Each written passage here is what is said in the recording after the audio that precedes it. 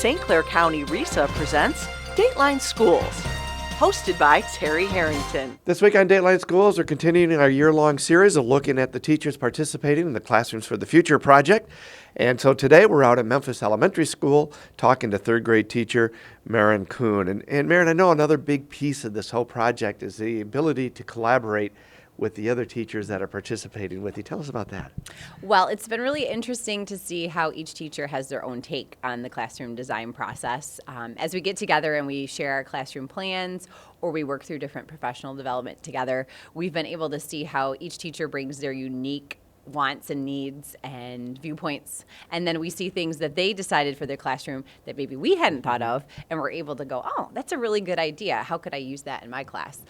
We were able to actually listen in as each teacher was presented their design from the design consultants and see all the different things that they had incorporated, and that allowed some of us to go, I really like that. Let me put that on mine. And so, yeah, it's been really cool to bounce ideas off each other. So. And now the designs have been finalized, correct? Yes, that is true. So what kind of unique things you have designed for your class? Well, one of the things the kids are really excited about is some tables that they kind of look like a guitar pick shape, and then they break apart into individual triangles. So you can have, 6 kids sit together and then break out into smaller groups, and they roll, so they can roll off.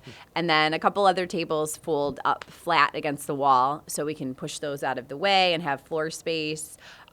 We have some flexible seating, so some wiggly stools, some rolling chairs, some soft, comfy cushions. So, yeah, just lots of different things.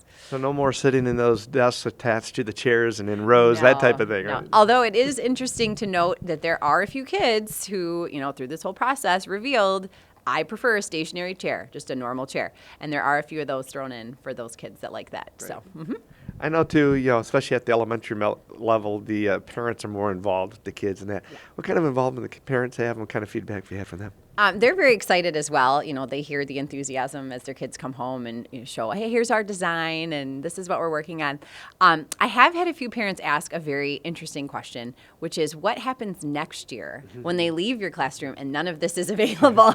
And that's through no fault of anyone. It's just a realistic question. I mean, what do you do when you're used to moving and you're used to rolling on a yoga ball and your tables move and then you're stuck in a stationary desk again? So I think they're more concerned than necessarily, worried, but yeah. Not like creating a little challenge for the district. Yeah, exactly. But I think that's the whole point of this whole program is to open that thought of what happens if everyone has this opportunity and what does that look like and kind of go from there. So we'll be back with more tomorrow. For Dateline Schools, I'm Terry Harrington.